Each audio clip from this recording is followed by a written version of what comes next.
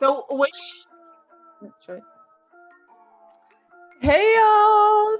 hey shishis. Welcome back to another episode. Another episode in the I feel bad because I realized as soon as I hit record, you're like get ready to say something like pre-production. So sorry. all good, all good. So first of all, before we get started, I was just going through some of our favorite streaming platforms such as Spotify and Amazon Music and Google Play. Because we uploaded actually 2 episodes what in a week. That's yes, girl. And just looking, I like to check the messages or whatever and see how it's doing. And this morning, on the first of the month. Oh, that's when you follow with get up. See, did we just say that we need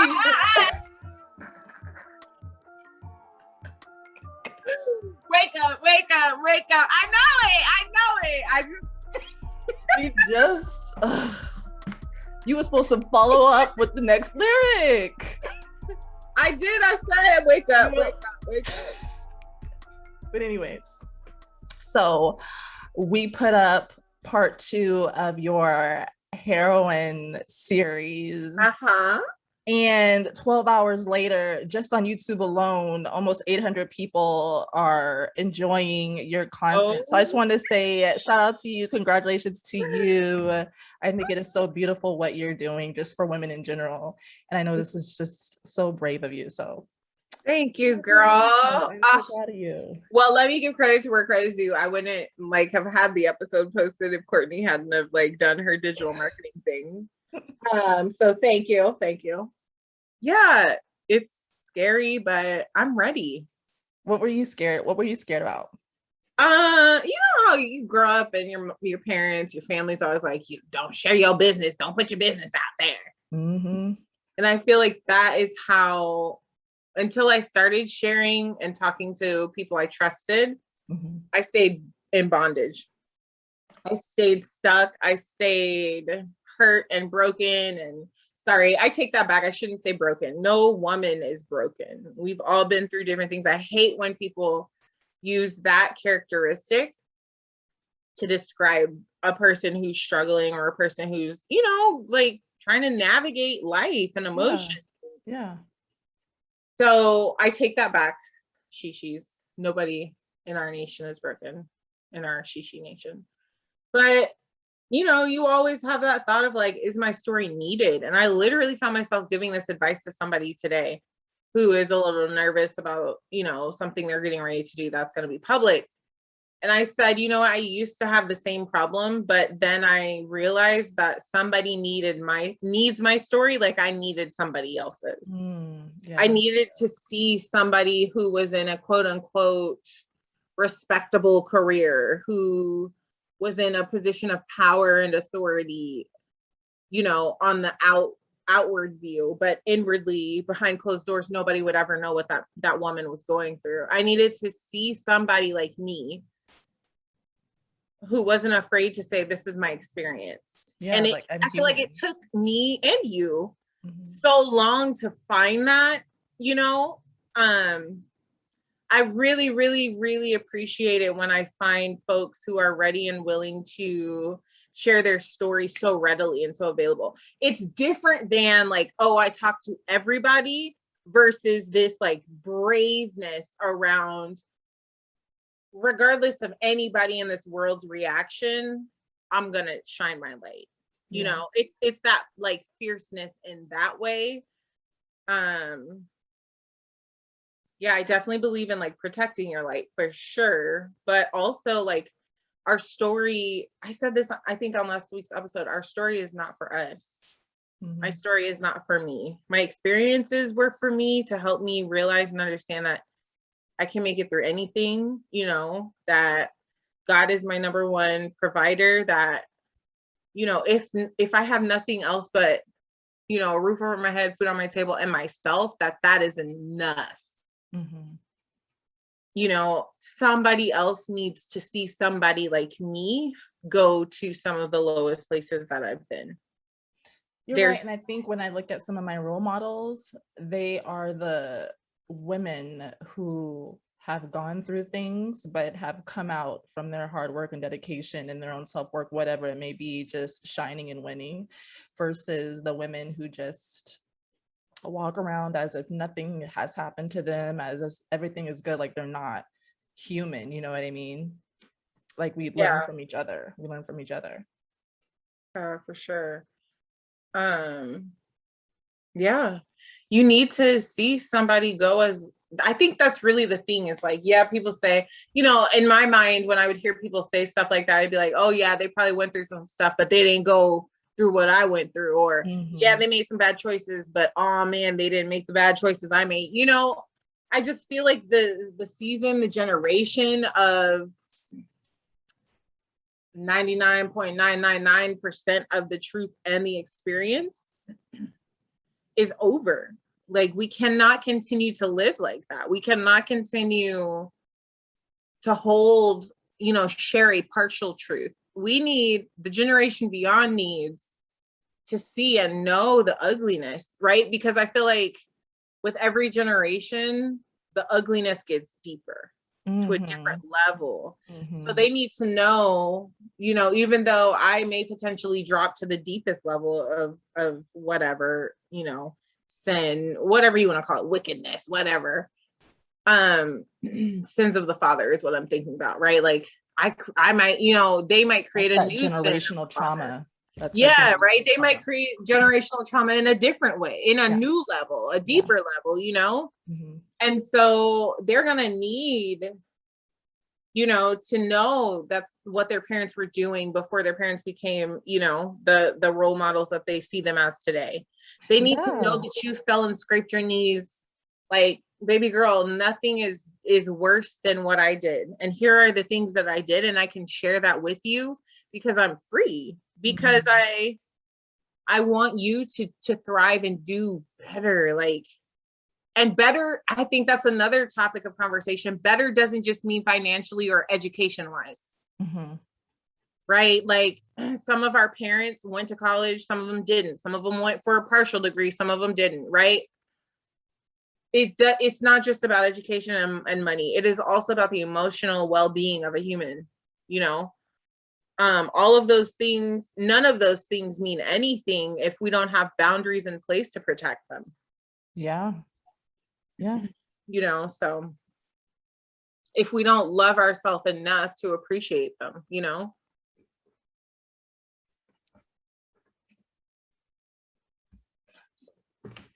Oh, sorry. It's my fan again. Oh, God, you and this fan. I swear it's haunted. You guys have a love-hate relationship. It's so hot. It's so hot.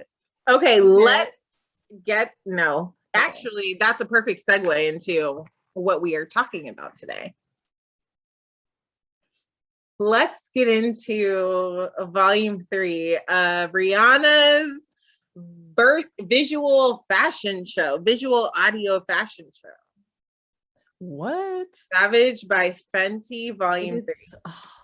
If you haven't watched it, you need to, first of all, watch all of them. Just, they are just so visually appealing.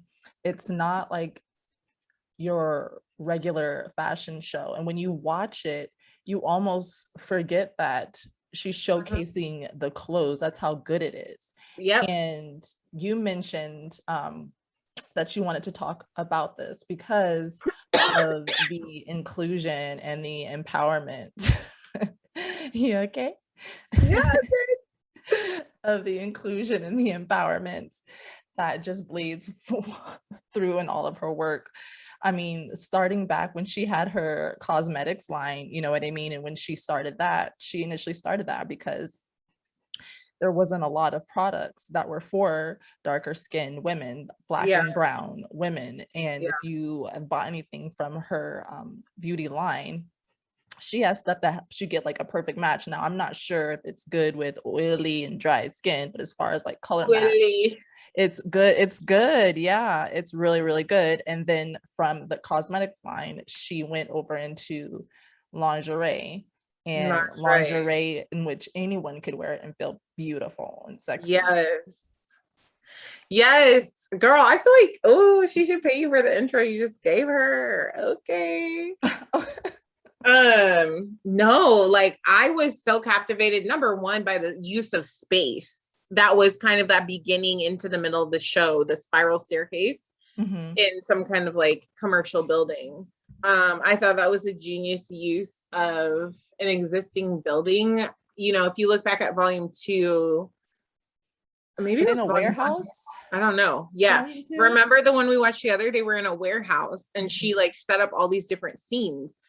And they set up some scenes in this one, but like I feel like, you know, there was so much intricacy and detail in the scenes on the ones before, especially like that garden one. Oh, it was gorgeous. Beautiful. I saw some really cool stuff. You know, but the thing that really speaks to me is like the big girls, the small girls, the in-between girls, every race. You even saw larger men modeling some there of were trans women. There were trans women as well. Yeah. Everybody, her representation is out of this world. And I was Googling some things about her, and they were, you know, she had mentioned that I can't do this at Fenty Skin. You know, I can't do this at Fenty Skin. And this is my way to just blow the lid off of my wildish like expectations and dreams. And so she was just kind of speaking about, you know, what you would think, even Fenty Skin, that's hers. You know, like that's her company. So at what point did you feel like you couldn't do this there? That's yours. Yeah. Unless I'm mistaken. You know, and so it's like, even seeing Rihanna, like this boss, you know, feel like she's confined in another sector of her business or entrepreneurship, which she has since overcome, because isn't she like a billionaire or something now? Yeah. And so, you know, she also said, you know, if we invite everyone, we have to like make clothes for everyone, you know, and you know, she said we want all kinds of people to wear our stuff, like, you know, and she does it at a reasonable price. She runs sales and she sells up to like 3XL. You know, I saw everybody. I saw a girl with what is it, vitiligo, like the skin condition where the patches, like the lighter patches. Yeah, like I just don't even know, you know, all kinds of hair types. Oh, and Lunel, the comedian Lunel, is actually an ambassador and was on her Instagram page modeling the lingerie line. Really? So one, I love that totally debunks like ageism and stuff, because Lunel, I think it might be in her 50s or 60s, number one. And two, Lunel isn't your stereotypical pencil thin girl. Lingerie model. I love that she chose her and not like a Khloe Kardashian or one of the other Kardashian girls. Yeah, I agree with you on that. You know, I thought it was interesting. Not all of the girls that walked were professional models. You could tell some of them like knew how to walk in heels, some of them didn't. Some of them like knew how to hit the pose or like what their angle was. Some of them didn't. We're just kind of a little like, I won't even say awkward, because they were still working it. Their confidence is what carried them, you know, if they weren't necessarily models. And so I thought that was beautiful. And I like that there was someone that looked like everyone in the show. So whether you were a super, super tall girl, if you were super short, if you had wide hips, if you had no boobs, if you had really big boobs, if you had, I mean, whatever, freckles, whatever, there was someone that looked like you in that fashion show. And what I love about Rihanna, I feel like she's been more impactful now that she's moved on to these other ventures than she was with music. Everyone's whining about, I want an album. It's like, why? I mean, she can sing, she can't sing, so she ain't buying for an album for her. Yeah, I agree with you. She has definitely diversified herself, like, you know, and she has a niche for fashion. That's her thing, you know. And I think it's beautiful that she found that, and she's clearly passionate about it. You know, because why else would we be on volume 3? So yeah, I think she just really, really, you know, this to me is a parallel to Victoria's Secret. Like, there's nothing other than like maybe some more ribbons and straps in places and rhinestones. Anyways, remember when we went to Victoria's Secret? Was it this summer or last summer? This past summer when I was no, it was in the spring. Oh, well, yeah, we went to Victoria's Secret, and the sizing was off because remember when the lady measured me, and she was like, "You're da da da da da da," you know what I mean? I'm not gonna put it out on here. Yeah, and I'm like, really? Yeah, these little things. You know? I think we both was like, really?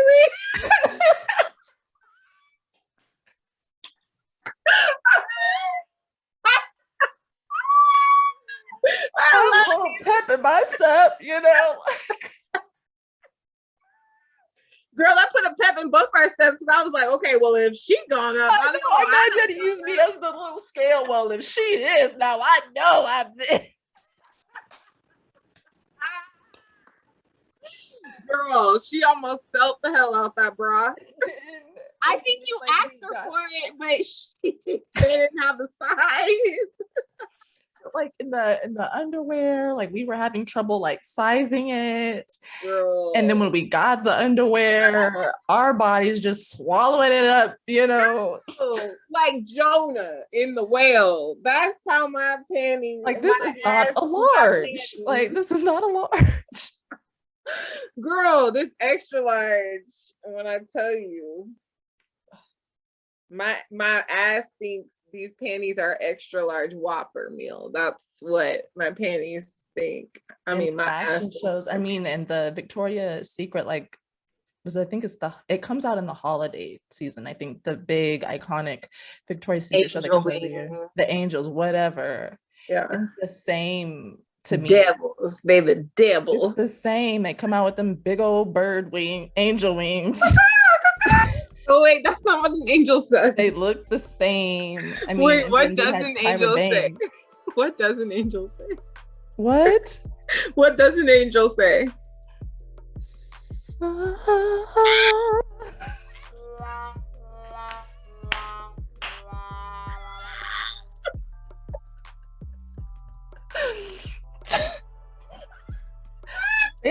I don't know.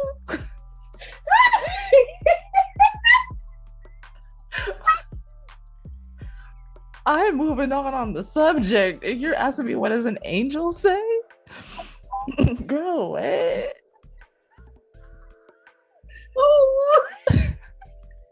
I need you to get on script.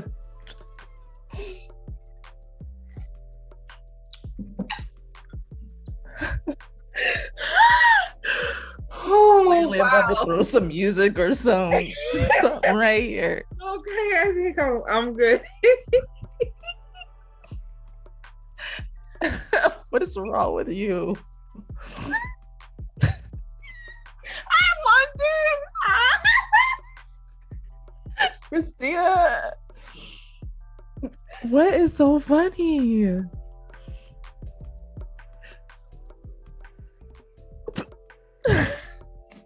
She is over here crying, laughing. Was it my angel noise?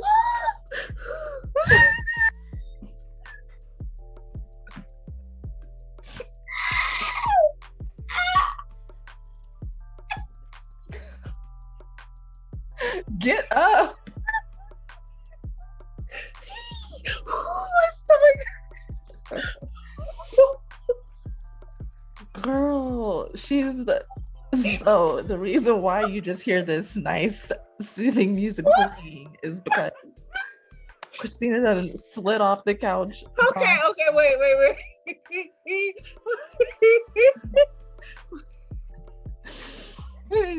So,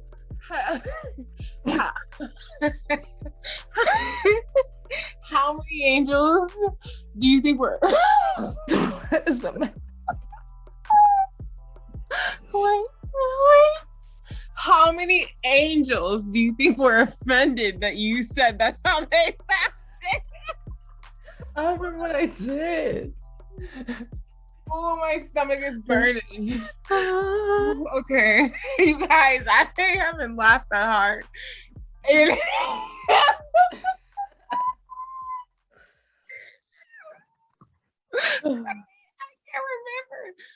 I can't remember the last time I laughed till I cried. We all need a good belly laugh. Oh, wow. At least once a day. So sorry. And I think that's why we're such good friends, is because you're one of the few that understands my dry humor. Oh, wow. All right, where were we? We were talking about the Victoria's Secret fashion show and how it's the same, and there used to be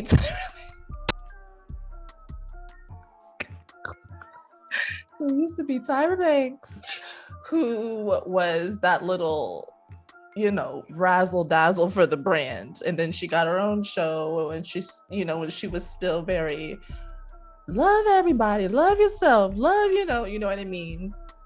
And then she does America's Next Top Model and telling these women to chop all their hair off, and they gotta do this, do that, dye their hair all these different colors, and then send them home the very next week after she done cut up all their hair. Right.